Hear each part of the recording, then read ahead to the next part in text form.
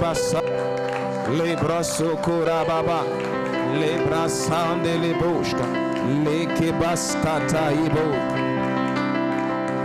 Si nous sommes là, c'est par la grâce de Dieu. Et Seigneur, pour le peu de temps que nous avons, Seigneur, à communier ensemble dans ta présence, et que ta parole soit libérée, Père, parle à nos cœurs, parle à nos vies, change-nous, transforme-nous, enseigne-nous tes voies et révèle-nous encore Christ en nous, l'espérance de la gloire. Merci encore pour ce que tu fais, pour ce que tu bâtis en nous, par nous, au travers de nous, sur nous. Saint-Esprit, fais ton œuvre. Maintenant, tu as toute la place. Seigneur, nous disparaissons pour que toi seul paraisse. Nous nous taisons afin que toi seul parles. Que la gloire, la louange, l'honneur, la magnificence et le règne, les ovations soient pour le Christ au nom puissant de Jésus. Que quelqu'un dise Amen, Amen, Amen, Amen, Amen. Amen, Amen, Amen, Amen, Amen. Alléluia. Gloire à Dieu. Amen. Voilà, prenons place dans sa présence.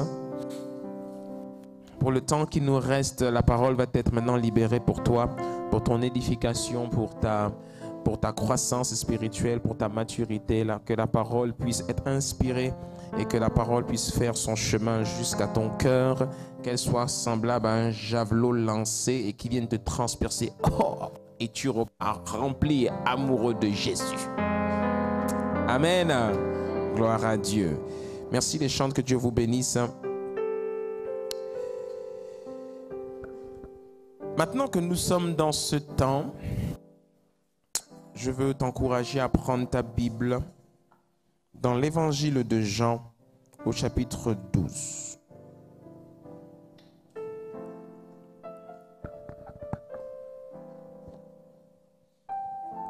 Aujourd'hui, je vais te faire parcourir un tout petit peu la parole pour te donner un rappel. C'est des choses que tu entends comme des spots un peu de temps en temps. Mais aujourd'hui, je vais insister sur un point en particulier, au travers particulièrement aussi d'une belle histoire qui est racontée dans la Bible, pour que tu comprennes ce que Dieu fait dans nos vies lorsque nous parlons de la gloire. Dis avec moi la gloire.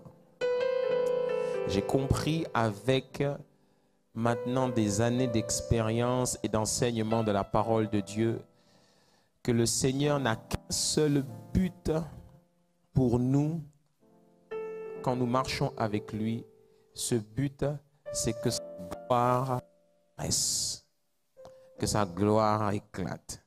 Quand tu as compris le message de la gloire, quand tu as compris le mystère de la gloire de Dieu, il n'y a pas d'autre message. Il n'y a que ce message. C'est le seul message. En fait, tous les messages sont englobés dans ce message. Parce que même si Paul dit dans la Bible qu'il a été appelé pour enseigner le mystère entre mystères. Ah, vraiment, le micro. Vraiment, je vais vous tirer les cheveux aujourd'hui avec cette affaire de micro. Hein? Réglez ça s'il vous plaît, c'est important. Et il y a un message, tous les messages sont dans un message. C'est le message de la gloire. Et même si Paul parle du mystère de Christ, l'espérance de la gloire, en fait, Christ, c'est la gloire. Amen. Regarde, je t'ai enseigné pendant des semaines, j'ai montré pendant des semaines, et ceux qui prennent le train en cours de route, eh bien, soyez concentrés. Je t'ai montré qu'en fait, la gloire est cachée en nous. La gloire est cachée en nous.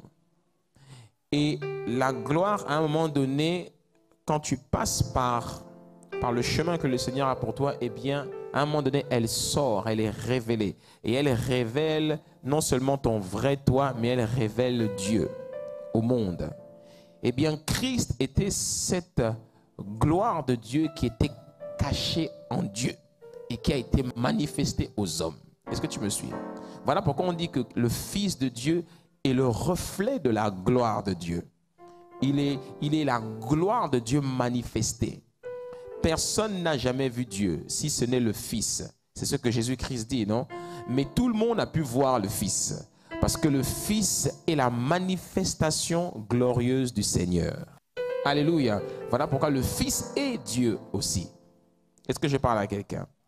Donc depuis des semaines, je nous fais voyager dans cette série, dans cet enseignement. Je peux aussi recevoir toutes sortes de témoignages que les gens écrivent sur Internet. Il y en a qui sont beaucoup touchés. Et il y a même un monsieur qui m'a écrit cette semaine, il m'a bien fait rire. Il a dit, pasteur, maintenant, bon, je sais que c'est Facebook, tout ça, mais vraiment, si vous pouvez me répondre, c'est me dire, il me dit, je vais vous poser une seule question. Comment vous lisez la Bible? Et puis, comment vous faites pour comprendre ces choses-là? Parce que moi, je lis la Bible depuis des années, mais je n'ai jamais compris ça. J'ai dit, frère, là, je suis désolé, là, c'est juste la grâce de chacun. Maintenant, chacun, mais je crois que chacun a accès à la parole, chacun a accès à la révélation. Il faut juste aller dans sa présence et puis prendre le temps de l'écouter. Alléluia. C'est juste ça. Il n'y a personne qui est plus exceptionnel que les autres. Il faut juste être à l'écoute. Et quand tu es suffisamment à l'écoute du Saint-Esprit, il te révèle qui il est. Dis avec moi la gloire. Le but de Dieu pour toi, c'est que sa gloire soit manifestée dans ta vie. S'il y a une chose que tu dois retenir pendant toutes ces semaines, c'est que le Seigneur veut que sa gloire soit manifestée dans ta vie. Je ne sais comment il va la manifester, mais il veut la manifester dans ta vie. Aujourd'hui, je veux te faire voyager un tout petit peu. Si tu es dans le livre de Jean, l'évangile de Jean au chapitre 12, tu vas prendre le verset 20. Et quand tu as trouvé le verset 20, tu dis avec moi « Amen ». Tout le monde n'a pas dit Amen, alors ça veut dire qu'il y en a qui sont encore en train de chercher. Alors je vais t'aider un tout petit peu. Tu vas juste derrière le livre de l'Apocalypse, vers la fin de la Bible, et tu vas trouver l'évangile de Jean. Alors va vers Apocalypse et tu ouvres, tu vas vers Apocalypse, vers la fin de la Bible, à la dernière page de ta Bible, et tu vas trouver l'évangile de Jean. Dis c'est faux, pasteur. Non, parce que je vois quelqu'un qui est là. Oh, pasteur, on dirait qu'il y a des pages qui ont été déchirées dans ma Bible. Non, il n'y a pas les pages, c'est avant en fait. Allez, avançons. Évangile de Jean au chapitre 12 au verset 20. Voici ce qui est écrit. Il y avait des non-juifs parmi ceux qui étaient montés pour adorer pendant la fête. Ils s'adressèrent à Philippe, qui était de Bethsaïda, en Galilée, et lui demandèrent, « Seigneur, nous voudrions voir Jésus. » Philippe alla le dire à André, puis André et Philippe le dirent à Jésus. Jésus répondit, « L'heure où le Fils de l'homme va être élevé dans sa gloire est venue. En vérité, je vous le dis, si le grain de blé tombé en terre ne meurt pas, il reste seul. Mais s'il meurt, il porte beaucoup de fruits. » Je vais relire le verset 24. En vérité, je vous le dis, si le grain de blé tombé en terre ne meurt pas, il reste seul. Mais s'il meurt, il porte beaucoup de fruits. Amen. Tu dois retenir ce verset parce qu'il est extrêmement important. Celui qui aime sa vie la perdra. Et celui qui déteste sa vie dans ce monde la conservera pour la vie éternelle. Si quelqu'un me sert, qu'il me suive. Et là où je suis, là aussi sera mon serviteur. Si quelqu'un me sert, le Père l'honorera. Maintenant, mon âme est troublée. Et que dirais-je? Père, délivre-moi de cette heure. Mais c'est pour cela que je suis venu jusqu'à cette heure. Père, révèle la gloire de ton nom. Dis avec moi, révèle la gloire de ton nom. Une voix vint alors du ciel. J'ai révélé sa gloire et je la révélerai encore. Une autre version de la Bible dit, je l'ai glorifié et je le glorifierai encore. Au verset 29, la foule qui était là et qui avait entendu disait que c'était le tonnerre. Et regardez. D'autres disaient, un ange lui a parlé. Jésus reprit la parole. Ce n'est pas à cause de moi que cette voix s'est faite entendre. C'est à cause de vous. C'est maintenant qu'a lieu le jugement de ce monde. C'est maintenant que le prince de ce monde va être jeté dehors. Et moi, quand j'aurai été élevé de la terre, j'attirerai tous les hommes à moi. Par ces paroles, il indiquait de quelle mort il allait mourir. Dis avec moi, Amen. depuis que je me balade dans la Bible, je découvre en fait je découvre de plus en plus que la gloire, comme je l'ai dit auparavant, est vraiment étroitement liée à la mort. Pour que la gloire de Dieu se manifeste dans la vie d'une personne, il faut que la mort prenne le dessus. Sans le passage obligé par la mort, la gloire ne peut pas se manifester. Donc si je veux que Dieu se glorifie dans ma vie, alors il faut que quelqu'un meure dans cette histoire. Oups, j'ai l'impression que je commence à te faire peur, mais ça va aller. Dis avec moi, avance, docteur. Ce passage est l'un des épisodes les plus emblématiques où Jésus parle de la manifestation de la gloire de Dieu dans notre vie. Alors qu'il nous disait depuis des mois que le temps viendra où la gloire de Dieu sera manifestée, eh bien ici, il nous révèle enfin le comment.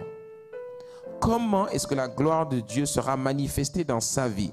C'est-à-dire, par quel processus Dieu va-t-il passer pour manifester sa gloire? Et si tu regardes bien la petite histoire que nous venons de lire, qu'est-ce qui va déclencher cette parole que Jésus a prononcée? C'est une question. Des gens sont venus, on dit bien des non-juifs sont venus, et ils ont posé une question. Ils ont dit, est-ce qu'on peut voir Jésus? Philippe est allé dire ça à André, et puis Philippe et André sont allés ensuite dire ça à Jésus. Jésus, il y a des gens dehors qui veulent te voir. Ils veulent voir qui? Ils veulent voir le fameux Jésus qui fait des miracles, qui sauve les âmes, le gars qui prêche là. Ils veulent voir le pasteur qui passe à la télévision là. Ils veulent voir le frangin ou la frangine là-bas qu'on connaît, de qui on entend parler. Ils veulent voir quelqu'un. Ils veulent voir quelqu'un qui a une renommée. Ils veulent voir. Et Jésus-Christ leur dit, alors s'ils ont demandé à me voir, alors ça veut dire que le temps est venu pour moi d'être glorifié. Le jour où les gens commencent à trouver un intérêt sur ta personne, c'est ce jour-là que le compte à rebours de ta mort a commencé. Le jour où les gens commencent à t'acclamer, c'est le jour-là où tu as commencé à mourir. Le jour où les gens commencent à demander à te voir, les gens veulent bénéficier un tout petit peu de toi, de ton fruit, c'est le jour-là où ton processus de mort a commencé. Alléluia. Parce qu'en fait, tant que les gens ne voient pas Dieu, Dieu n'est pas content de cette histoire. Et quand les gens commencent à vouloir voir quelqu'un, Dieu décide de tuer cette personne. Parce qu'en fait, ce qui intéresse Dieu, ce n'est pas qu'on te voit toi, c'est qu'on le voit lui. Ils s'adressèrent à Philippe et lui dirent, Seigneur, nous voudrions voir Jésus. Des gens sans spiritualité voulaient le voir. Ils pensaient que le Jésus qui faisait des miracles partout était le vrai Jésus. Mais en fait, le véritable Jésus, le véritable Messie, ce n'était pas celui qu'on avait vu pendant toute l'histoire des évangiles. Le véritable Fils de Dieu, le véritable Jésus, n'était pas encore apparu. Seuls Pierre, Jacques et Jean avaient eu un petit aperçu de lui à la montagne lorsque ses vêtements sont devenus blancs comme la neige. Ils ont pu voir le véritable et puis ils ont dit, wow, ce n'est pas du tout le Jésus qu'on a l'habitude de voir. Et ce Jésus, en fait, quand tu comprends cela, eh bien, il était une pâle copie du véritable Jésus qui devait en fait sortir, être libéré et manifester la gloire de Dieu. Parce qu'en fait, tu comprends à la fin de l'histoire que Jésus n'avait jamais été manifesté en fait. Jésus, le vrai, va être manifesté après la résurrection. Parce que le vrai Jésus, il passait au travers des portes. Le vrai Jésus, il était tellement différent de la pâle copie qu'ils avaient l'habitude de voir qu'ils ne le reconnaissaient même pas quand ils le voyaient. Tu te rappelles? Quand ils voyaient Jésus, ils ne l'ont même pas reconnu. Et c'est ce vrai Jésus-là qui a été élevé dans les cieux devant eux. Ce Jésus, quand il répond à la question, il leur dit, le temps est venu pour moi d'être glorifié. Et la question naturelle qu'on lui pose, c'est « Tu vas être glorifié comment ?» Il nous donne le comment. Il dit « Je vous le dis, si le grain de blé tombé en terre ne meurt pas, il reste seul. Mais s'il meurt, il porte beaucoup de fruits. » La mort fait peur. La mort fait très peur aux gens. La grande majorité des gens ont peur de la mort. Si quelqu'un n'a pas peur de la mort, alors c'est qu'en fait, il a déjà accepté de mourir. À partir de là, il n'a plus peur de mourir. Mais la grande majorité des gens ont peur de mourir. Et Jésus-Christ va dire que si le grain que je suis ne meurt pas, je resterai seul. Mais si je meurs, je porte beaucoup de fruits. Il est en train de donner une image. Quand on prend une graine, tant qu'on ne l'a pas jetée en terre pour qu'elle soit semée, eh bien, elle reste seule et elle finit par mourir seule. Il faut qu'elle soit jetée en terre. Et la semaine dernière, nous avons parlé du bon environnement. Il faut qu'elle soit jetée en terre. Et une fois en terre, elle va subir une expérience que je vais raconter tout de suite. Elle va subir une expérience pour ensuite porter du fruit. Alléluia. Mais si tu te souviens bien, il le dit dans ce passage et il va même le préciser aussi dans l'évangile de Jean au chapitre 15 et à d'autres endroits. À chaque fois que Jésus-Christ parle de cette affaire de porter du fruit, Jésus fait toujours une précision. Dis avec moi une précision. Quelle est la précision que Jésus fait? Il dit, s'il ne tombe en terre et ne meurt, il reste seul. Mais s'il tombe en terre et meurt, il porte beaucoup de fruits. Dis avec moi beaucoup de fruits. Il ne porte pas du fruit, il porte beaucoup de fruits. Il précise également dans Jean chapitre 15 que ce n'est pas vous qui m'avez choisi, c'est moi qui vous ai choisi afin que vous alliez et que vous portiez beaucoup de fruits. Dis avec moi beaucoup de fruits. Dieu n'est pas intéressé par ton fruit. Dieu est intéressé par beaucoup de fruits. Dieu est intéressé par l'abondance de fruits. Dieu veut que tu portes beaucoup de fruits. Voilà pourquoi quand tu es chrétien, assis dans l'église, dans ta marche avec Christ, et que tu portes des semblants de fruits, sache que Dieu n'est pas content des petits fruits. Dieu veut beaucoup de fruits. La maison du bâtisseur, Dieu n'est pas intéressé par les petits fruits. Dieu veut beaucoup de fruits. Dieu n'est pas intéressé par 2, 3, 4, 5 personnes. Dieu veut des milliers de personnes. Alléluia.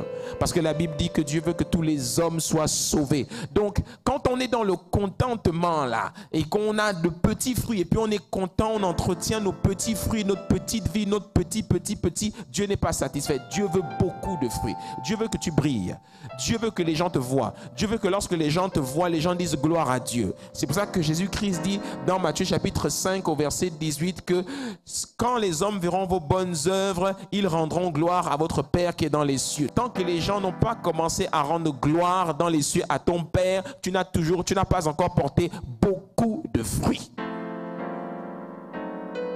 Donc ce qui intéresse Dieu, c'est que tu portes beaucoup de fruits. Dieu est un grand Dieu. Donc il n'est pas intéressé par les petites choses. Dieu est intéressé par les grandes choses. Est-ce que je parle à quelqu'un? Il faut qu'il meure. Il faut que le grain meure. Pour que la gloire puisse exploser, pour que la gloire puisse éclater, il faut que le grain meure. Dis avec moi, je dois mourir. Je sais que tu n'aimes pas ça, mais tu dois mourir. La maison du bâtisseur, les enfants de Dieu là, vous devez mourir. Vous devez mourir à vos projets. Tu dois mourir à tes projets. Tu dois mourir à tes intentions. Tu dois mourir à tes rêves. Parce que tout simplement, tant que tu as des rêves, tu ne pourras pas porter beaucoup de fruits. Tu commences à porter beaucoup de fruits quand tu commences à avoir les rêves de Dieu. Tu ne peux pas porter beaucoup de fruits tant que ce sont tes projets. Ça devient intéressant dans l'histoire quand ce sont les projets de Dieu. Le Seigneur n'a pas dit dans Jérémie chapitre 29 au verset 11 que je connais tes projets que j'ai formés. Non, il dit je connais les projets que j'ai formés, pas les projets que tu as formés. C'est quand que tu commences à travailler pour les projets de Dieu et non pas tes projets. Notre vie chrétienne, notre spiritualité, notre marche avec Christ, le plus souvent est bloquée parce que nous vivons pour nous-mêmes. Nous ne vivons pas pour Dieu. Le jour où tu commences à vivre pour Dieu, tu le sens dans ta vie. Tu le sens. Parce que quand tu commences à vivre pour Dieu, ça fait mal. Quand tu commences à vivre pour Dieu, tu commences à marcher dans le renoncement. Tu commences à vivre dans le détachement des choses. Tu commences à voir la vie comme si elle avait maintenant pâli. Plus rien ne t'intéresse. Les choses matérielles ne t'intéressent plus. L'argent ne t'intéresse plus. Le succès ne t'intéresse plus. Les opinions des gens ne t'intéressent plus. Ce que les gens pensent de toi ne t'intéresse plus. Tu es mort. Mais tant que ces choses ont encore un effet sur toi, c'est que tu n'es pas mort. Un cadavre qui bouge, il n'est pas mort, il faut venir l'abattre et l'achever. Il faut venir l'abattre et l'achever. Voilà pourquoi ce que Dieu veut au travers de cet enseignement que nous donnons depuis plusieurs semaines, c'est que son serviteur communique sa pensée à son peuple. Il est temps que vous mouriez. Il est temps que vous portiez beaucoup de fruits. Il y a beaucoup de gens qui sont dehors. Il y a beaucoup de gens qui sont dans les nations. Il faut reach the nations. Il faut aller chercher les âmes. Il a dit allez et faites de toutes les nations. Il n'a pas dit allez et faites de vos quartiers. Allez et faites de vos villes ou de vos provinces. Dans le Haut-Ogoué, dans le Wolentem, ou dans Chibanga, ou dans le Goué-Lolo, ou dans le Goué-Vindo, ou dans le Goué-Marat. Non, il a dit reach the nation, les nations. Allez chercher les gens dehors. Depuis longtemps, on est là assis. Comme Papa Fidèle là. On est là assis. Non, ce qui intéresse le Seigneur, c'est que maintenant, on commence à penser comme lui. On voit le monde. Pendant que toi, tu vois ta petite vie, Dieu, lui, il voit le monde. Notre problème, c'est qu'on ne rêve pas comme Dieu rêve. Nos rêves sont des petits rêves. Nos rêves tournent souvent autour de nous-mêmes, de nos succès, de nos accomplissements personnels, de nos réussites personnelles, de nos projets, de nos entreprises, de nos ci, de nos ça, etc. Dieu n'interdit pas qu'on ait ces choses. Il ne les interdit pas. Mais quand tu commences à penser comme lui, c'est-à-dire tu ne te vois plus toi, mais tu vois le monde. Si par exemple tu as un projet, par exemple tu as un emploi dans l'administration et toi tu vois le monde, quand tes pensées vont connecter avec les pensées de Dieu, eh bien, qu'est-ce qui va se passer? Dieu va commencer à t'élever. Dieu va commencer à te présenter au monde. Si c'est une position qu'il doit te donner au niveau international, il va te la donner. Mais je ne sais pas comment il va travailler dans ta vie. Mais ce qui intéresse Dieu, c'est que ta vie influence et impacte suffisamment de monde pour qu'il soit satisfait. Dieu n'est pas intéressé à ce que ta vie soit une petite vie. Dieu ne refuse pas non plus que l'on soit quelqu'un de humble et de simple dans la vie. Mais mon cœur doit brûler pour lui. Est-ce que je parle à quelqu'un? Jésus-Christ dit, il faut que le grain meure. C'est quand le grain est mort que Dieu peut commencer à travailler. Tu ne sais pas ce que le Seigneur veut faire dans ta vie. Tu ne sais pas quelle est sa volonté pour ta vie. Tu ne sais pas où est-ce qu'il veut t'emmener. Mais il faut que tu meurs. Alléluia. La Bible nous raconte qu'il y avait un homme qui s'appelait Adam, que Dieu avait créé et qui était dans le jardin d'Éden. Et ce Adam, qu'est-ce qu'il faisait? Il travaillait. Il travaillait, il travaillait. Et Dieu va le regarder et Dieu va dire, tout seul là, il n'y arrivera pas. Il faut que je l'équipe, il faut que je l'élève, il faut que je lui donne les moyens pour qu'il puisse aller encore plus loin. Et qu'est-ce qu'il va faire? Il va le faire mourir. Il va l'endormir. Parce que le sommeil est une sorte de mort. Il va l'endormir.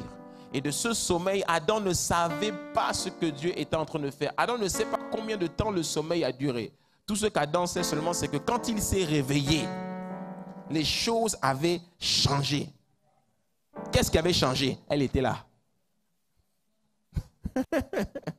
C'est elle. C'est elle qui est venue créer tout ce que nous connaissons aujourd'hui. Les bonnes choses comme les mauvaises choses. C'est elle. Dis avec moi, c'est elle. Elle là. Elle là, qu'on appelle Ève.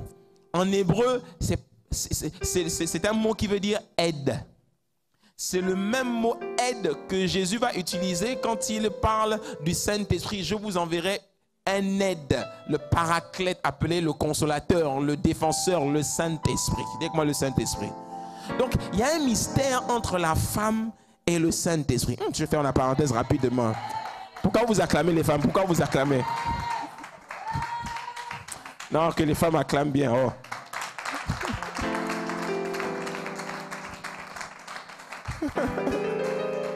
Il y a un mystère. Un jour, je t'enseignerai le mystère de la femme et du Saint-Esprit. Ah, l'affaire là, c'est compliqué, oh, je vous assure. Dis que moi avance, pasteur. Yes. Il faut que le grain meure. Et ensuite, si tu regardes bien, il va préciser quelque chose. Il va commencer à te donner le processus de mort par lequel lui, il est passé et par lequel il veut que tu passes.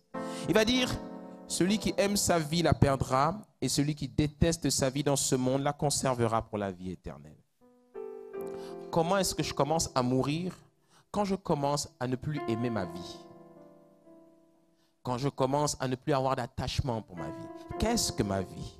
Ma vie, c'est tout ce qui fait ma personne, tout ce qui me fait du bien, tout ce qui constitue mes centres d'intérêt, tout ce qui m'appartient, mes possessions. Qu'est-ce que c'est que mes possessions? C'est mon patrimoine, ce sont mes positions, ce sont mes influences, ce sont mes titres, c'est mon argent, c'est mes biens matériels. C'est tout ce qui fait mon identité et ma personne. Dieu dit, ton processus de mort commence quand tu te détaches de là.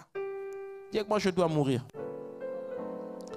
Le processus qui conduit à la gloire commence d'abord premièrement par refuser de s'attacher à sa vie dans ce monde. C'est pour ça qu'il dit, celui qui refuse de s'y attacher dans ce monde la gardera pour la vie éternelle. Celui qui déteste sa vie. La version française courante dit, celui qui refuse de s'y attacher. Donc si je veux commencer si je veux enclencher le processus de gloire dans ma vie personnelle, je dois commencer à me détacher des choses que j'aime. Pour commencer à aimer Dieu. Je veux te dire quelque chose qui peut te choquer. Tu n'aimes pas Dieu. Tu n'aimes pas Dieu. Personne n'aime Dieu. La seule personne qui a réussi à prouver suffisamment qu'il aimait Dieu, c'était Jésus, à la croix. Et Jésus a su prouver à son Père qu'il l'aimait comment? En acceptant d'aller mourir à la croix. Es-tu prêt à mourir pour Dieu? As-tu suffisamment d'amour pour le Seigneur pour lui donner ta vie? Je t'assure, laisse-le te mettre à l'épreuve, mais ne lui demande pas ça. Parce que cette affaire, c'est compliqué. La première étape qui conduit à la manifestation de la gloire de Dieu dans notre vie, c'est commencer à se détacher des choses de ce monde. Alléluia. Dis avec moi, je dois mourir. La deuxième chose que le Seigneur nous dit pour enclencher ce processus, il dit au verset 26, si quelqu'un me sert, qu'il me suive. La deuxième chose, la deuxième étape qui conduit à la gloire, c'est de servir le Seigneur. Il faut se détacher et il faut le servir lui. Il faut arrêter de se servir soi-même. Il faut arrêter de servir ses propres intérêts. Il faut commencer à servir le Seigneur. Le problème que Dieu a avec beaucoup d'entre nous, c'est que nous nous servons nous-mêmes. C'est quand la dernière fois que tu as servi le Seigneur? Et plusieurs, on pense que servir le Seigneur, c'est faire l'accueil à l'église. Servir le Seigneur, c'est chanter pour Jésus à l'église. Servir le Seigneur, c'est... Non, c'est pas ça, servir Jésus. Toi, dans ta vie à titre personnel, il y a un domaine où tu es appelé à le servir. Il y a quelque chose que Dieu veut faire avec toi. Le jour où tu vas accepter de le servir, c'est ce jour-là qu'il va commencer à te parler. Il ne te parle pas suffisamment parce qu'il voit que tu es encore trop centré sur toi-même, trop centré sur ton couple, trop centré sur toi, toi et encore toi. Le jour où tu vas dire, Seigneur, j'accepte de te servir, ce jour-là, il va commencer à te révéler ce qu'il attend de toi. Alléluia. Jésus-Christ dit, celui qui me sert, qu'il me suive pour aller où? Si tu te rappelles bien, Jésus allait quelque part. Jésus allait à Golgotha. Jésus allait mourir. Les frangins, quand ils étaient avec lui dans le jardin de Gethsémanée, quand les soldats sont arrivés, eux qui étaient motivés là, qu'est-ce qu'ils ont fait? Ils sont partis. Ils ont vu que c'était trop compliqué. Donc ce n'est pas là qu'ils sont morts avec Jésus. Ils sont morts après. Tu n'auras pas la même mort que eux, ça c'est sûr, mais ils sont morts. Pierre, qui était si passionné de Jésus et qui après l'avait renié, ce même Pierre ensuite a annoncé l'évangile et c'est ce même Pierre qui est mort à Rome en Italie, crucifié comme Jésus. Jean, lui, il a été jeté dans une marmite d'huile bouillante, ensuite balancé à l'île de Patmos. Jacques, on lui a coupé, on l'a tué aussi. Tous, ils ont eu des morts atroces. Parce que si tu te rappelles bien, dans l'évangile de Matthieu, chapitre 20, ils ont demandé quelque chose à Jésus. Ils ont dit, Seigneur, quand tu viendras dans ta gloire, dans ton règne, que la place à ta gauche et à ta droite soit pour mon frère et moi. C'est leur maman qui avait demandé ça. C'est la maman qui est venue demander, mais quand il a dit, est-ce que vous savez ce que vous demandez? Ce n'est pas la maman qui a répondu, oui, on sait. C'est eux qui ont répondu. Mais pourtant, ils avaient envoyé la daronne, tu vois. Et quand il a répondu, qu'est-ce qu'il leur a dit? Il leur a dit, vous ne savez pas ce que vous demandez. Et vous n'êtes pas conscient de la coupe que je dois boire moi. Mais certainement, non seulement je la boirai, mais vous la boirez aussi. Vous allez boire cette coupe-là. En ce qui concerne les places, c'est réservé uniquement à la volonté de mon Père. Mais en ce qui concerne la souffrance, pour pouvoir rentrer dans la gloire à laquelle vous êtes appelés, vous allez passer par là. Alléluia. Donc tu veux la gloire de Dieu. Sois prêt. Tourne-toi vers quelqu'un et dis-lui, prépare-toi à la gloire. En général, dans les églises, quand on dit ce genre de choses, les gens sont excités. Oh, la gloire. Oh, la gloire. La gloire. Non, la gloire, c'est pas ça. La gloire, c'est la mort, mon petit. Prépare-toi à la gloire. Et quand tu te prépares à la gloire, tu es calme. Tu ne t'excites pas. Parce que ce n'est pas quelque chose de réjouissant de mourir. Alléluia. Voilà pourquoi, moi, quand je vois des gens trop excités à l'église, je dis ceux-là, je ne sais pas s'ils sont morts. Est-ce que je parle à quelqu'un? La troisième chose que Jésus-Christ nous révèle en ce qui concerne ce processus qui conduit à la mort, c'est que Jésus-Christ nous rappelle par son expérience qu'il va être éprouvé. Donc la troisième étape qui conduit à la mort, c'est l'épreuve. C'est l'épreuve. Il dit au verset 27, « Maintenant mon âme est troublée. Et que dirais-je, Père, délivre-moi de cette heure. Mais c'est pour cela que je suis venu jusqu'à cette heure. » La version de la Bible, Parole vivante, dit, « Père, épargne-moi cette heure de souffrance, mais c'est précisément pour passer par cette heure-là que je suis venu. » Donc, j'ai été créé. Je suis venu au monde pour souffrir. Mais cette souffrance est nécessaire, pourquoi? Pour parvenir à la manifestation de la gloire. Chaque être humain a été créé pour manifester la gloire de Dieu. Donc, chaque être humain, chacun d'entre nous, il y a un moment dans notre vie où on doit passer par là. Chacun d'entre nous, nous avons un rendez-vous avec Dieu. Et quand tu regardes l'histoire des héros de la foi dans la Bible, tous, sans exception, quand ils ont rencontré Dieu, ce jour-là, ils sont morts. Ils n'ont jamais plus été les mêmes personnes. Parce qu'il s'est passé quelque chose. Ils ont vécu une expérience personnelle avec Dieu qui a fait que quand ils sont revenus devant les hommes, ils étaient morts. Moïse, dans la Bible, a vécu 40 ans en Égypte. Il est parti dans le désert après avoir fui ce qu'il avait fait. Il est resté des années dans le désert. Et quand il a rencontré Dieu sur le mont Horeb, devant le buisson ardent, il s'est passé quelque chose là. Et si tu remarques bien, quand Moïse a compris ce que Dieu attendait de lui, Moïse n'a pas voulu prendre la mort là tout de suite. Il a commencé à discuter. Parce qu'en général, quand la mort se présente, tu tu ne veux pas. Il a commencé à se justifier. Non, envoie quelqu'un d'autre. Dieu a dit qui? Envoie l'autre, envoie Aaron. Je bégaye, j'ai du mal à parler. Je ne veux pas aller parler devant les Égyptiens. Il a commencé à beaucoup discuter et à la fin il a dit à Dieu, envoie quelqu'un d'autre. Il a dit que Dieu s'est mis en colère. Hey, c'est toi que j'ai choisi, je t'envoie à toi. Mais Moïse lui faisait comprendre que, mais toi aussi, je vais aller mourir là-bas, Pharaon, il va me tuer. Mais par la grâce de Dieu, il est parti et il a accompli sa destinée. Et toi aussi, tu accompliras ta destinée au nom de Jésus. Donc, cette étape, après s'être détaché du monde, après avoir accepté de le servir, quand Dieu voit que tout ceci a été acté, eh bien Dieu dit, maintenant c'est bon, on peut envoyer le feu. Et tu passes maintenant par l'épreuve. Le Père, quand Jésus-Christ a dit, c'est justement pour cette heure que je suis venu, etc. Là, il dit que maintenant mon âme est troublée. Ça veut dire qu'il n'allait pas bien. Il n'allait pas bien. Mais alors qu'on s'attend que le bon Père vienne le consoler et lui dire, ça va aller Jésus. Je suis avec toi mon Jésus.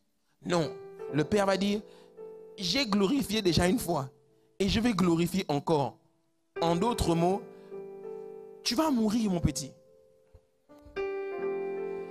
Et s'il faut te faire mourir plusieurs fois, je te ferai mourir plusieurs fois pour manifester ma gloire.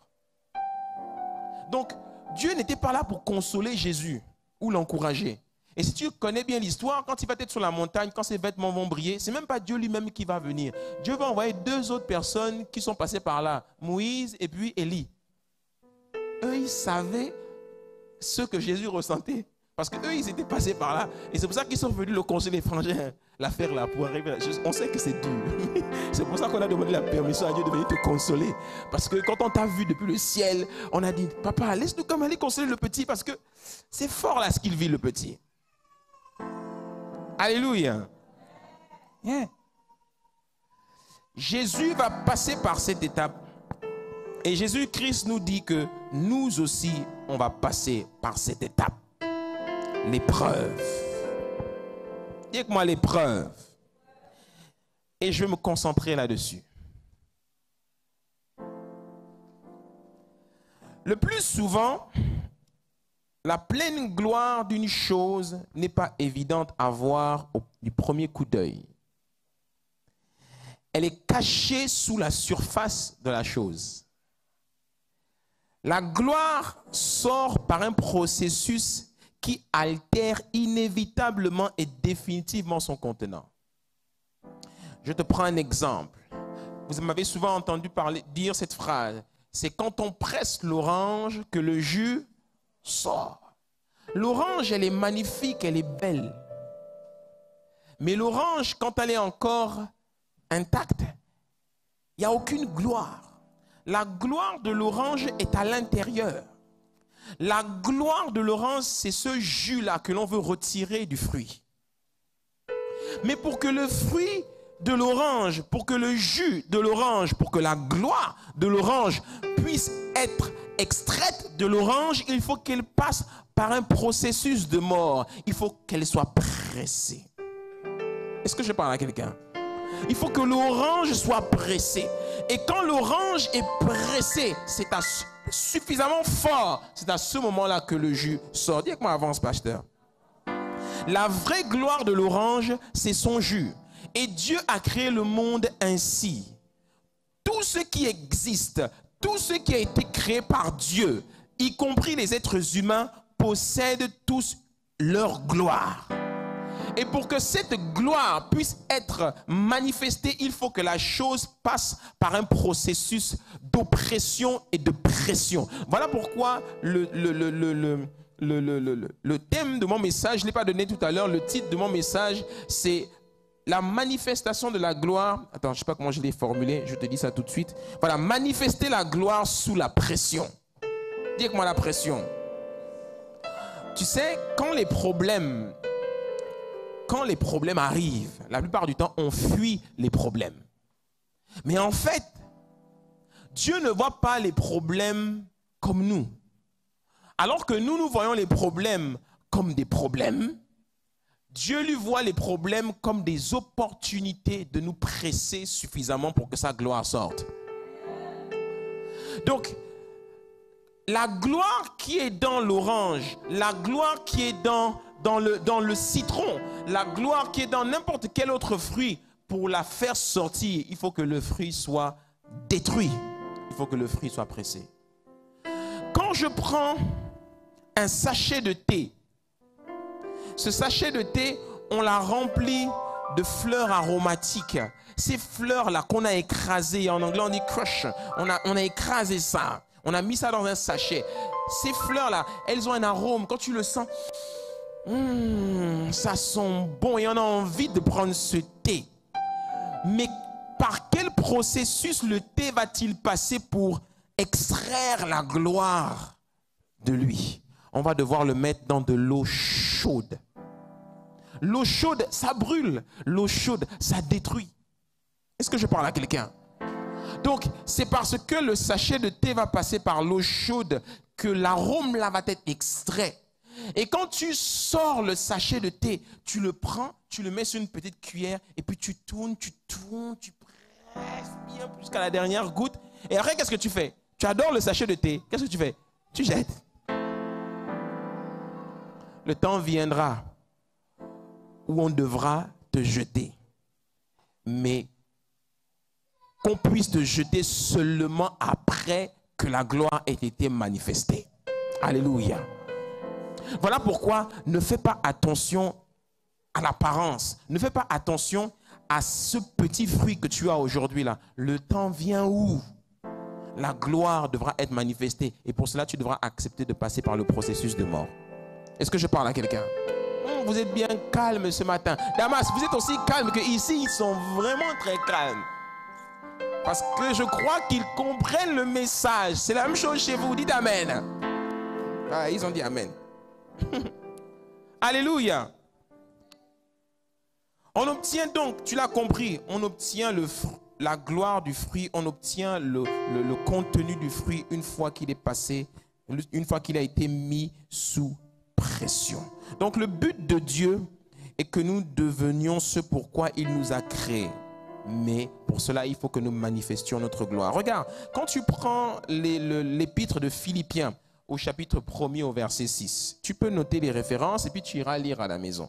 L'épître de Philippiens au chapitre 1er au verset 6, il dit « Je suis persuadé que celui qui a commencé en vous cette bonne œuvre la rendra parfaite pour le jour de Jésus-Christ. » Une autre version, la Bible Parole vivante dit « C'est pourquoi je suis persuadé qu'après avoir si bien travaillé en vous, le Seigneur achèvera son œuvre. J'ai confiance en lui. Il la développera, la complétera et la rendra parfaite pour le jour du retour de Jésus-Christ. » C'est intéressant, hein? Le mot parfait ici, c'est un mot grec que l'on prononce épithéléo. C'est le même mot grec que Jésus-Christ a utilisé quand il a dit « Soyez parfaits comme votre Père est parfait ». Vous connaissez ce passage? Épithéléo veut dire complète ou encore mûr, mature. Donc, Dieu a une œuvre. Cette œuvre, c'est toi. Et l'œuvre que tu es, il en est l'artiste. Et tu es son œuvre. Mais son objectif, c'est que tu deviennes un chef-d'œuvre. Pour que tu deviennes un chef-d'œuvre, il faut que tu passes par un processus. Il faut qu'il te travaille. Donc, ce n'est pas mauvais d'accepter le travail. Le travail peut être pas évident à vivre, mais il est nécessaire pour que tu parviennes à la gloire. Dis avec moi la gloire. Regarde. Quand Toyota fabrique une voiture et que la voiture sort de l'usine de fabrication, elle est magnifique la voiture. Et on se dit, waouh, voici la nouvelle gamme de Toyota. On peut la mettre tout de suite sur le marché et la vendre. Toyota dit, non, il faut d'abord éprouver la voiture. Voilà pourquoi le mot épreuve, le plus souvent, c'est un mot qui veut aussi dire tenter. C'est le même mot quand tu lis la Bible dans le Nouveau Testament, quand tu vois épreuve, tenter, ou quand tu vois tester. C'est le même mot. C'est le même mot. Donc, quand Dieu t'envoie une épreuve, il est en train de te tester. Il est en train de t'éprouver. Dans un seul but, pour que tu sois parfait. Donc, le fabricant va prendre la voiture et puis il va l'éprouver. Et si tu regardes un tout petit peu des vidéos sur Internet et tu regardes comment on éprouve une voiture qui sort de l'usine, qu'est-ce qu'on fait? On te la balance sur le mur, on la tape, on lui fait vivre toutes sortes de choses difficiles pour vérifier qu'elle tient le coup. Alléluia. Est-ce que je parle à quelqu'un? Alors que tu es à l'âge assis et que tu passes par des moments difficiles, tu te dis que Dieu ne t'aime pas et Dieu t'a abandonné. Non, tu es en train d'être testé. Et le temps de la sortie de l'usine est pour bientôt. Alléluia. On acclame le Seigneur.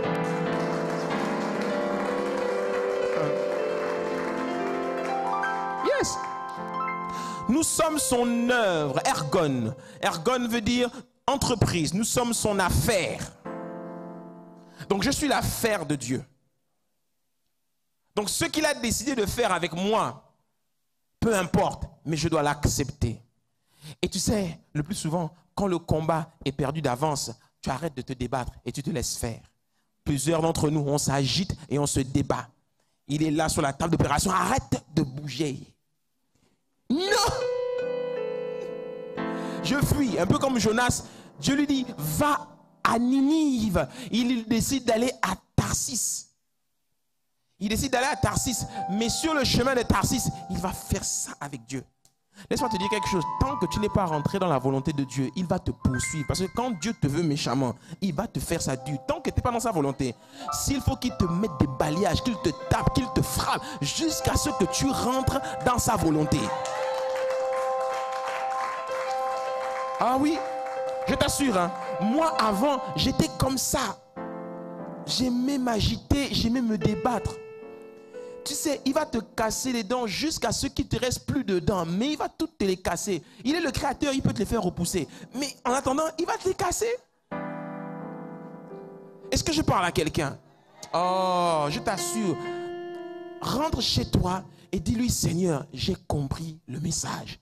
Maintenant, j'accepte de monter sur l'autel et d'être éprouvé. La semaine dernière, je vous ai parlé de Isaac. Père, voici le bois, voici le feu. Où est l'agneau? Le père dit, mon petit, Dieu va se pourvoir lui-même. Nous, on lit ça comme si c'était une histoire de conte de fées. Le père a regardé le fils a regardé le père, ils se sont regardés. Le fils avait compris. Et le fils a accepté d'aller. Et il est monté. Le jour où tu acceptes l'épreuve, le jour où tu acceptes le sacrifice, ça va faire mal. Mais c'est la gloire à la fin que tu dois regarder. Alors que Jésus était sur la croix, ça lui faisait mal. Oh, quand on nous raconte la passion du Christ, il est là, on lui a mis les clous dans les mains, on lui a mis les clous dans les pieds, etc. Jésus criait, ça devait être atroce. Ça devait être atroce. Mais Jésus était focalisé sur le Père. Jésus était focalisé sur la fin de l'histoire. Jésus savait. Mais pour pouvoir y arriver là, pour pouvoir supporter ça, il fallait qu'il accepte. Oh, est-ce que je parle à quelqu'un? Oh, je vois des regards dans la salle, des gens qui me disent, pasteur, pourquoi est-ce que tu as décidé de prêcher ça aujourd'hui? Vraiment. Dis avec moi, avance, pasteur. Regarde Jacques, l'épître de Jacques. Jacques nous dit, chapitre 1er, au verset 2. Mes frères et sœurs, considérez comme un sujet de joie complète les diverses épreuves, épithéléo, auxquelles vous pouvez être exposés, sachant que la mise à l'épreuve de votre foi produit la persévérance. Mais il faut que la persévérance accomplisse parfaitement sa tâche, afin que vous soyez parfaitement qualifiés, sans défaut, et qu'il ne vous manque rien. Dis avec moi témoignage. Est-ce que tu as déjà vu des bons témoignages quand on raconte de bonnes histoires? Un témoignage a du goût quand on raconte une épreuve par laquelle la personne est passée et il s'en est sorti.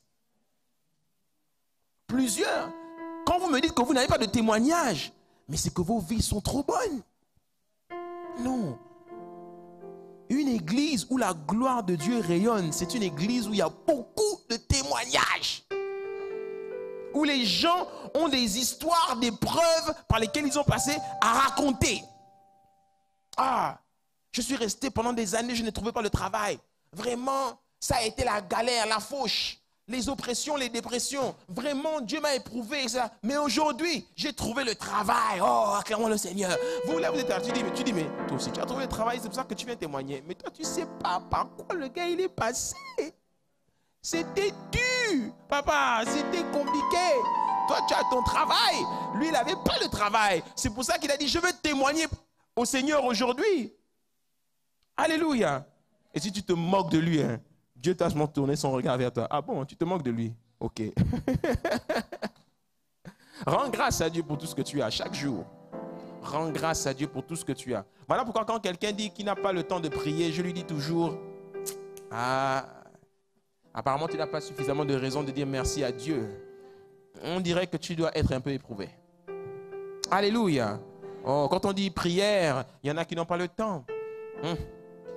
Quelqu'un m'a dit, pasteur, il faut prier pour les gens qui ne viennent pas à la prière. Il faut prier pour eux. Je dis, oui, je prie. Je prie. Et puis, de manière silencieuse, je dis, je prie beaucoup même pour eux. Je dis, Seigneur, envoie-leur les épreuves. Parce que quand les gens ont beaucoup d'épreuves, l'église est remplie. Quand les gens, tout va bien, ils ne viennent pas à l'église. Oh, tu rigoles, hein? Oui. Parce que quand les gens souffrent, ils viennent pleurer devant l'autel. Ah, ils sont compréhensifs. Ils sont dociles. Ils disent Amen. Dis Amen. Ils sont dociles. Ils sont humbles. Ils sont doux. Mais quand ils sont remplis d'eux-mêmes et remplis de bonnes choses, ah, ils sont orgueilleux. Ils sont suffisants. Ils n'ont pas le temps. Ils ont tout le temps l'excuse. Oh, j'avais un travail, j'avais un rendez-vous, j'avais une réunion aujourd'hui. C'est pour ça que je n'ai pas pu venir à l'église aujourd'hui. J'étais où? Ah, j'étais fatigué. Ah, j'ai dormi aujourd'hui. Ah, j'ai beaucoup travaillé cette semaine. Tu as beaucoup travaillé. Hein? Le temps vient où on t'enlève le travail. Comme ça, tu auras plus de temps pour venir servir le Seigneur. Hein? Ah, le temps vient, comme dit Jésus, le temps vient et il est déjà venu. Il aime souvent parler comme ça. Oui. Quand tu es trop suffisant, faites attention à la suffisance personnelle. Faites très attention. Quand vous n'avez plus le temps pour Dieu. Il a dit, je suis un Dieu jaloux. Pas jaloux dans le mauvais sens. Jaloux de ce que il veut que la gloire lui revienne à lui. Donc quand il voit que tu rends la gloire à quelqu'un d'autre, en l'occurrence toi-même, il devient jaloux. Et que moi avance, pasteur. Ouais. Donc tu as compris, la gloire sort quand elle est sous pression. Est-ce que tu t'es déjà demandé pourquoi, quand tu es passé par un problème, à peine tu viens de finir de régler le problème, il y a déjà un autre problème qui se présente? Tu n'as pas remarqué? Parce que Dieu a dit, on va aller de gloire en gloire. Donc, quand le niveau de gloire là est fini, il faut passer au niveau supérieur. Non. Donc, il envoie un autre problème. Et puis, quand tu finis là, il envoie encore un autre problème. Jusqu'à ce qu'on arrive à la perfection. Donc, réjouis-toi des épreuves. Oh, voici la vraie chrétienté. On se réjouit des épreuves. On se réjouit des persécutions. On se réjouit des coups. Lorsque tu arrives dans une entreprise et puis on vient de te nommer à ce poste, et à peine on vient de te nommer à ce poste, les combats se sont levés contre toi. Les gens commencent maintenant à te combattre parce qu'ils veulent ta place. Et tu commences à dire, oh mais pourquoi j'ai les combats? Oh, pourquoi? Pasteur, priez pour moi. On me cherche des problèmes. Pasteur, priez pour moi. On veut me tuer là-bas. Pasteur, non, réjouis-toi. C'est parce que Dieu veut te faire monter à un autre niveau. Quand l'eau est trop calme là, c'est pas bon. Il faut qu'elle soit agitée. Il faut que tu aies des oppositions. Il faut que tu aies des combats. David a dit, il exerce mes mains au combat. Mais quelqu'un qui n'a pas de combat dans la vie, c'est quelqu'un qui est faible. C'est quelqu'un qui ne sait pas comment riposter. Et quand tu passes par un problème et que tu as réussi à t'en sortir, en général, tu es devenu plus intelligent. Tu es devenu plus prudent. Les gens qui n'ont pas de problème, ce sont des fous dans la vie. Ce sont des inconscients. Mais les gens qui sont passés par beaucoup de problèmes, tu n'as pas remarqué qu'ils sont très sages. Moi, j'aime voir, par exemple, les jeunes mariés. Ceux qui veulent rentrer dans le mariage se précipitent, sont contents. Ah, et puis ils font la fête. Comme ça. Mais quand tu vois les gens qui ont déjà été mariés, ou qui sont mariés, en général, ils sont comment? Ils sont calmes. Parce qu'ils ont été éprouvés dans le mariage. Alors que les mariés me disent un bon amen et acclament le Seigneur. Ouais, ils ne se précipitent pas. Et je t'assure, hein, si Dieu te donnait l'opportunité de te remarier une deuxième fois, oh mon ami, il y a beaucoup de choses que tu changerais. Oh, il y a beaucoup de choses. Oh, j'ose croire que tu choisiras la même personne, amen. Mais tu changeras beaucoup de choses. Moi, l'une des choses que je changerais, je n'inviterai pas autant de personnes que j'invite à mon mariage. Oh oui, je réduirais ma liste d'invités de 3 quarts. 3 quarts. Par exemple, il y a quelqu'un qui s'est marié récemment, et puis je dis, son mariage lui coûte 30 millions. Il fait un gros mariage. Et puis je lui dis, mais pourquoi tu as dépensé autant d'argent? Non, c'est le mariage, tout ça, oh, laisse-moi, je dis, mais on peut faire autre chose avec 30 millions. Mon petit, rentre là-bas, tu vas regretter les 30 millions. parce que celle que tu épouses là, oh, elle est très gentille, avec un G majuscule, mais elle va te faire ça propre, doucement, correctement. Oh oui, tu vas devenir un homme sage, comme moi. Dès que moi avance, pasteur. Oh oui. La Bible nous dit, dans l'évangile de Jean, et je commence à atterrir, au chapitre 16, au verset 33. Je vous ai dit cela afin que vous ayez la paix en moi. Vous aurez à souffrir dans le monde, mais prenez courage. Moi, j'ai vaincu le monde. Tant qu'on est dans le monde, on souffrira. Tant qu'on est dans le monde, on aura des problèmes. Tant qu'on est dans le monde, on vivra des crises. Un jour, il y a une dame qui est venue voir son pasteur et qui a dit, pasteur, j'ai trop de problèmes dans ma vie. Ça ne va pas, pasteur. Vous voyez souvent les gens qui aiment souvent dire ça d'une manière à la chrétienne, là. Ça ne va pas. Jésus, oh, ça ne va pas. Ça ne va pas. Elle est venue voir son pasteur, elle a dit, pasteur, j'ai trop de problèmes, priez pour moi, pasteur. Il a dit, ma soeur, quelle prière veux-tu que je fasse, pasteur? Je veux que tu pries pour que je n'ai plus jamais de problème. Il a dit, mais c'est une prière facile, je veux le faire. Je suis même très loin pour ça. Oui, pasteur, mets-toi à genoux. Elle s'est mise à genoux. Il a dit, Seigneur, au nom de Jésus, qu'elle meure tout de suite. Non, pasteur, c'est ce qu'elle priait. Mais tu veux que je prie pour que tu n'aies plus de problème, non? Donc, il faut mourir. Il faut mourir. Et elle dit, non, je ne veux pas mourir. Bah, tant que tu vivras, tu auras des problèmes. Donc, rends grâce à Dieu pour chaque problème. Alléluia. Alors, dis, Seigneur, je te rends grâce pour tous les problèmes. Pourquoi tu ne veux pas dire, dis, Seigneur, je te rends grâce pour tous les problèmes. Parce qu'au travers de chaque problème, il y a une dimension de sa gloire qui va être manifestée. Alléluia. Yeah. Première épître de Jean, chapitre 2, au verset 14, il dit, je vous écris, jeunes gens, parce que vous êtes forts et que la parole de Dieu habite en vous et que vous avez vaincu le diable. C'est parce que vous avez vaincu le diable que je suis content de vous écrire, jeunes gens. Mais s'ils ont vaincu le diable, c'est qu'au préalable, ils ont combattu.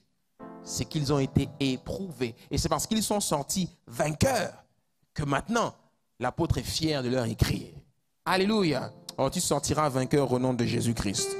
Alléluia. Yeah. Maintenant, je termine par cette petite histoire, si tu te rappelles bien. C'est l'histoire de... Pour moi, c'est le meilleur exemple biblique de la manifestation de la gloire de Dieu. C'est l'histoire de Moïse avec Pharaon. Je l'ai évoqué au tout début de la série. Lorsque Dieu va dire à Moïse que... Tu le trouves dans Exode, chapitre 14, au verset 17. Quand tu lis l'histoire de Moïse et de Pharaon, tu vas voir que dans cette histoire du livre de Exode, je ne sais pas combien de fois Dieu va répéter la même phrase. Quant à moi, je vais endurcir le cœur des Égyptiens pour qu'ils y pénètrent après eux, et le Pharaon ainsi que toute son armée, ses chars et ses cavaliers feront éclater ma gloire. Dieu va répéter ça plusieurs fois. Ils vont faire éclater ma gloire. Cette histoire, elle est vraiment emblématique. J'ai posé la question à Dieu pour lui demander pourquoi étais-tu si déterminé à faire souffrir Pharaon? Pourquoi? Pourquoi étais-tu si déterminé? Eh bien, quand Moïse va venir dire à Pharaon, laisse partir le peuple de Dieu, Pharaon va répondre une phrase. J'essaie de trouver la phrase. Pharaon va dire à Moïse, je ne connais pas l'Éternel. Je ne connais pas ce Dieu. Quand Pharaon va dire ça, Dieu va dire, il ne me connaît pas. Ok. Je vais m'assurer qu'à la fin de la journée, ils me connaissent. Parce que quand tu lis l'histoire, tu te poses une question. C'est contradictoire ce que tu dis. Tu dis à Moïse, va lui dire de laisser partir le peuple. Mais après, tu dis, je vais endurcir son cœur pour qu'il ne laisse pas partir le peuple. C'est contradictoire. Tu vois? Donc, en fait, quand Moïse dit à Pharaon, laisse partir le peuple juif, et que Pharaon répond, moi je ne connais pas ce Dieu-là. Parce que quand tu lis l'histoire des Juifs, surtout à l'époque antique, ils avaient un Dieu pour tout. Le Nil était un Dieu, le soleil était un Dieu, la lune était un Dieu. Donc, il vient dire, le Dieu des Hébreux, l'Éternel, a dit, laisse partir leur peuple. Il dit, moi je ne connais pas ce Dieu-là. Ce n'est pas un Dieu parmi nos centaines de dieux. Donc, bouge là-bas. Je ne connais pas ce Dieu-là. Moi, j'adore les dieux que moi je connais. Et l'Éternel a dit, il n'y a pas de problème. Il saura que je suis l'Éternel. Donc, je vais commencer à le faire passer par le processus. Donc, je vais endurcir son cœur parce que je tiens vraiment à ce qu'il me connaisse. Et à la fin de l'histoire, je lui ferai un gros bisou. Alléluia. Oh. Quand Moïse va aller provoquer Pharaon, Moïse va s'attirer même des problèmes avec ses frères. Ses frères vont dire, qu'est-ce que tu as fait? Parce que depuis que tu as rencontré Pharaon, Pharaon a même doublé nos charges à cause de ce que tu es parti faire là-bas. Mais la Bible nous dit que quand il va doubler la charge des Hébreux, Moïse va retourner voir Dieu. Moïse va dire, Seigneur, il ne les a pas laissés partir. Il a même empiré leur situation. Dieu va lui répondre, c'est pas grave. Non, c'est là que le game commence, mon petit. Regarde. Alors le Seigneur dit à Moïse, Exode chapitre 6 au verset 1. Alors le Seigneur dit à Moïse, maintenant, tu vas voir ce que je vais faire à Pharaon. À cause de ma main puissante, il les laissera partir. T'en fais pas. À cause de ma main puissante. Il les chassera même de son pays. Maintenant, le grand combat pouvait commencer. Et si tu connais l'histoire, il va envoyer 10 plaies. Les unes après les autres.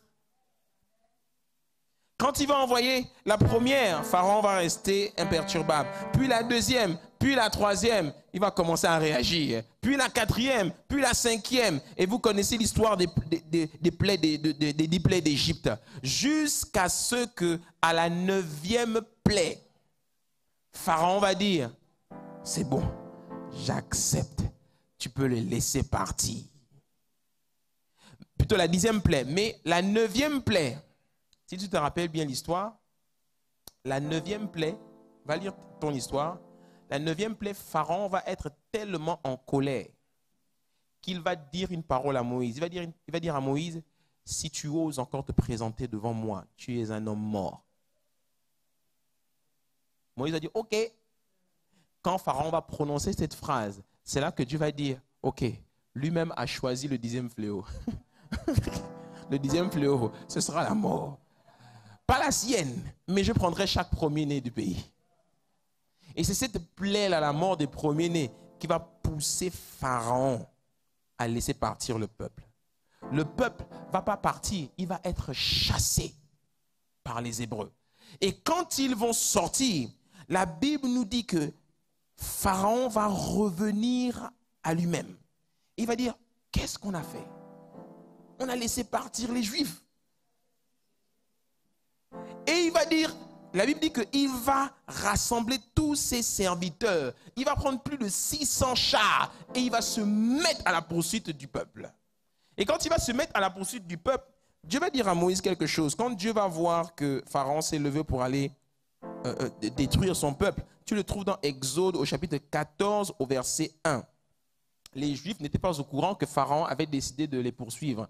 Dieu va prendre les devants et Dieu va parler à Moïse. Exode 14 au verset 1, il va dire: parle aux Israélites qu'ils reviennent, qu'ils fassent demi-tour, qu'ils viennent camper devant Pi-Hahiroth, entre Migdol et la mer vis-à-vis de Baal-Tséphon. C'est en face de cet endroit que vous camperez près de la mer. Le Pharaon dira des Israélites: ils sont perdus dans le pays, prisonniers du désert. J'endurcirai le cœur de Pharaon et il les poursuivra. Mais le Pharaon et toute son armée serviront à faire éclater ma gloire et les Égyptiens sauront que je suis l'Éternel. Dis avec moi, ils sauront.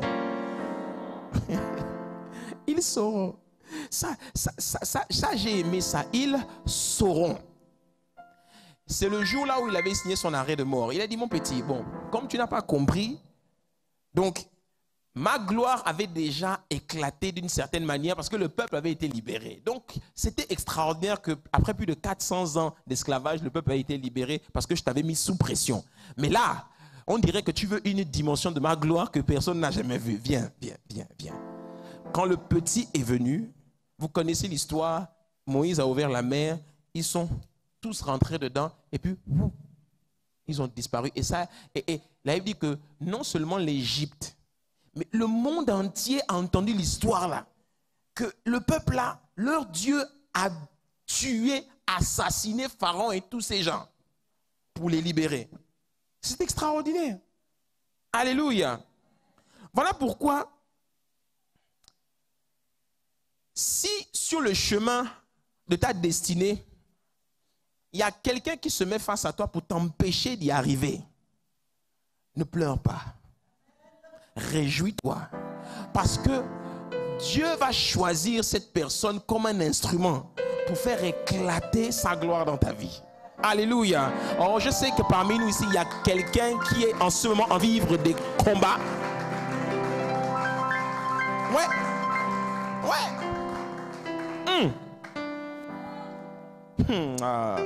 Un jour, et je termine par cette petite histoire, un jour, je devais décrocher un gros contrat.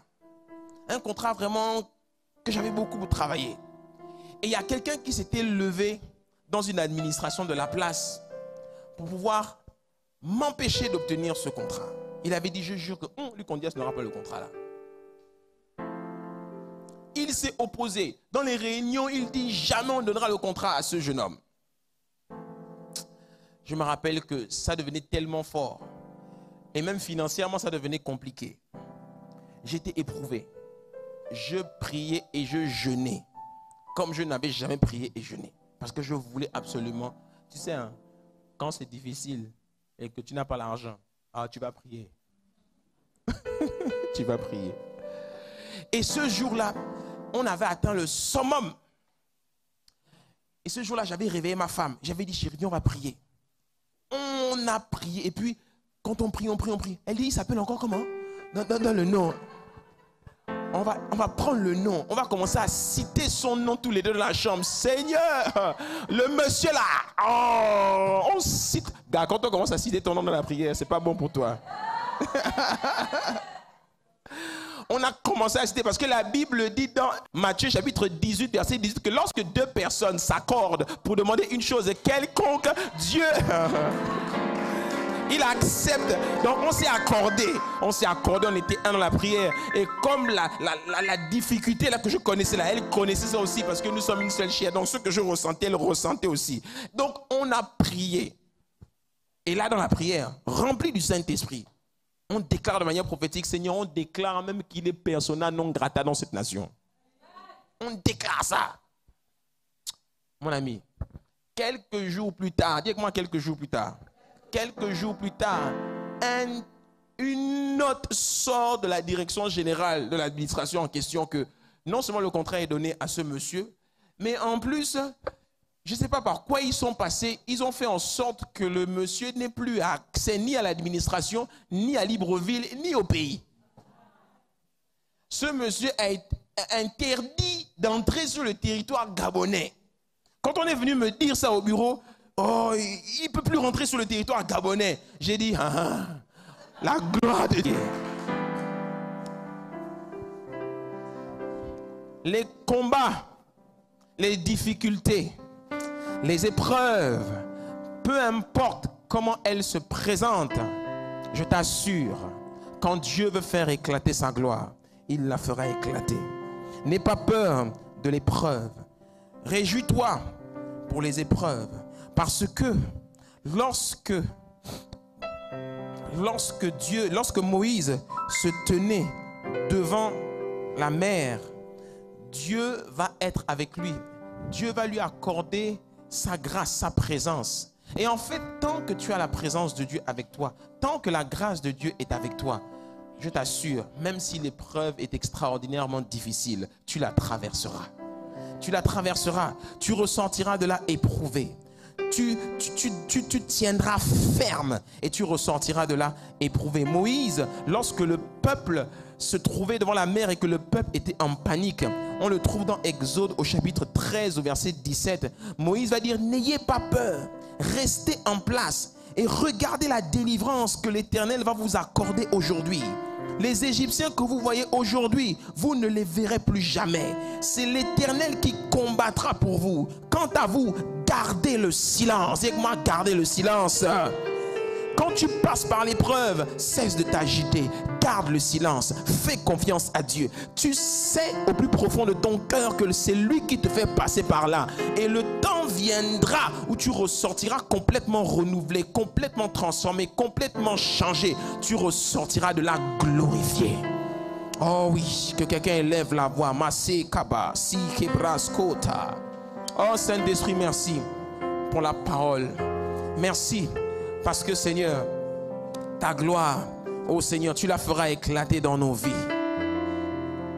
Oh, Kama c'était les bouches.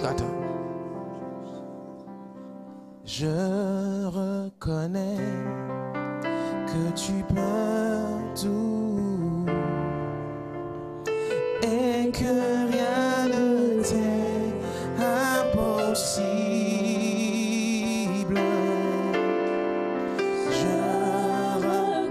Tu peux tout, Seigneur. Que tu peux tout. Oh, et que rien ne t'est impossible. Je reconnais. Pourquoi s'écrire? Dis aux Israélites de se mettre en marche. Et toi, lève ton bâton. Tends ta main sur la mer et fends-la. Ils y entreront. Quant à moi, je vais endurcir leur cœur pour qu'ils pénètrent avec eux. Et le Pharaon et toute son armée, ses chars et ses cavaliers, ils feront éclater ma gloire. Oh Seigneur, fais éclater ta gloire. Impossible. Seigneur, fais-moi voir ta gloire. Oh Seigneur, Fais-moi voir. fais-moi voir ta gloire.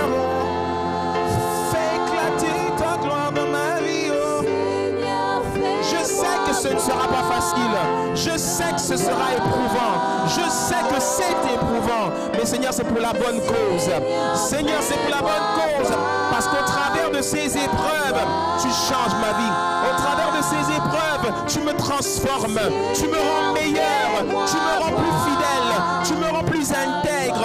Tu me rends plus droit. Tu me rends plus juste. Tu me rends plus amoureux de toi. Fais-moi voir. Malika Basque. Fais-moi voir ta gloire, Jésus. Oh. Seigneur, fais-moi voir. Seigneur, fais-moi voir ta gloire. Seigneur, fais-moi voir ta gloire. Seigneur, fais-moi voir ta gloire. Fais-moi voir. Que ta gloire se manifeste. Que ta gloire devienne visible. Pardonne-moi pour toutes les fois où j'ai résisté. Pardonne-moi pour toutes les fois où je me suis agité. Pardonne-moi pour toutes les fois où je n'ai pas gardé le silence. Pardonne-moi pour toutes les fois où j'ai critiqué, toutes les fois où j'ai murmuré. Mais Seigneur, je crois que tu feras éclater ta gloire. Malekaba, libros kata, le nelebos. Oh, ta gloire, ta gloire.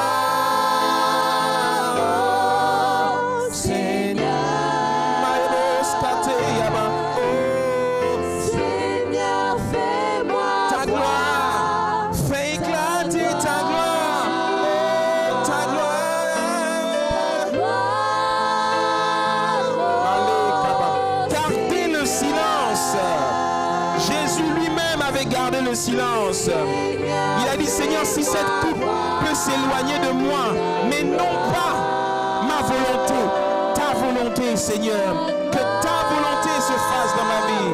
Que ta volonté se fasse. Oh, Seigneur, fais-moi voir ta gloire. Seigneur, fais-moi voir ta gloire. Alors, est-ce qu'on peut acclamer le Seigneur bien fort? Male kabas kati, lirebo skata, malebo siya baba, leke brasan de lebos. Oh, acclame, acclame, acclame, acclame. Le kabas kati. Dis avec moi, Père Céleste, au nom de Jésus, j'ai entendu ta parole et j'ai compris ce message. Accorde-moi la grâce de comprendre ces choses et de les mettre en pratique dans ma vie. Je me soumets à toi. Je m'abandonne à toi. Je m'humilie devant toi. Fais éclater ta gloire dans ma vie. Accorde-moi la grâce de tenir ferme dans l'épreuve, de ne pas baisser les bras, de rester courageux, de rester persévérant, de garder les yeux fixés sur toi. J'arrête de me plaindre, j'arrête de te disputer, j'arrête de murmurer, j'accepte de passer par cette épreuve et je sortirai de cette épreuve la tête haute. Je sortirai de cette épreuve rempli de l'esprit, glorifié dans le Seigneur. Père, merci. Parce que ta parole nous montre, au regard de ta parole, quand on presse l'orange, la gloire de l'orange est libérée. Merci pour les épreuves. Merci pour toutes les souffrances, même les plus difficiles. Elles ont été utiles à manifester ta gloire dans ma vie. Merci Seigneur. Que toute la gloire te revienne. Au nom de Jésus. Alléluia. Est-ce qu'on peut encore acclamer bien fort?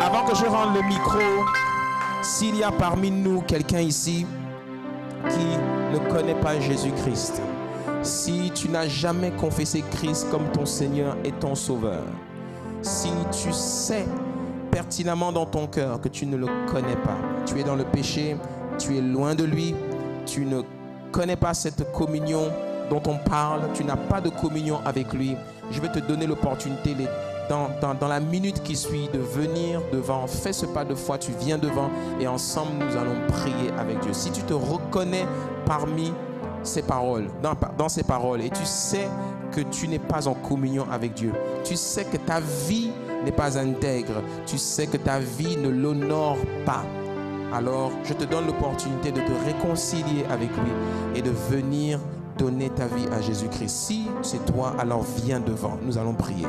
Et je m'adresse aussi à quelqu'un qui, depuis un moment maintenant, tu es en dehors de la présence de Dieu. Tu vis dans le péché. Tu sais que ta vie n'est pas droite devant le Seigneur. Tu as connu Jésus il y a quelque temps. Il fut un temps même où tu allais à l'église, etc. Mais depuis un certain temps, tu t'es vraiment détourné du Seigneur. Et aujourd'hui, par la grâce de Dieu, tu as eu à cœur de venir à l'église. Et tu as entendu cette parole. Et tu ressens dans ton cœur, Seigneur, je veux que ta gloire soit manifeste dans ma vie. Voilà pourquoi je veux maintenant me réconcilier avec toi. Si c'est ton cas aussi, alors viens devant, nous allons prier ensemble. Je donne l'opportunité à cette personne, à quelqu'un de le faire. Alléluia. Seigneur, fais-moi voir ta gloire. Si c'est ton cas, viens. Et nous allons prier ensemble. Oh, Seigneur, fais-moi voir ta gloire. Seigneur, fais-moi voir ta gloire. Seigneur, fais-moi voir ta gloire. Seigneur, fais-moi voir. Alléluia. Est-ce qu'on peut acclamer le Seigneur bien fort? Amen. Amen. Que quelqu'un dise gloire. Que quelqu'un dise gloire. Que quelqu'un dise gloire. Acclamons bien fort, bien fort, bien fort. Que Dieu vous bénisse. Je vous souhaite à tous un excellent dimanche dans sa présence. Que tout au long de cette semaine, vous gardiez à l'esprit ces paroles, que vous puissiez les méditer et aller chercher la face de Dieu avec ces paroles, afin que le Seigneur se révèle à vous et surtout qu'il manifeste sa gloire dans vos vies. Amen. Que Dieu vous bénisse à tous. On est ensemble et on reste surtout connectés. Amen, amen, amen. Acclamons bien fort.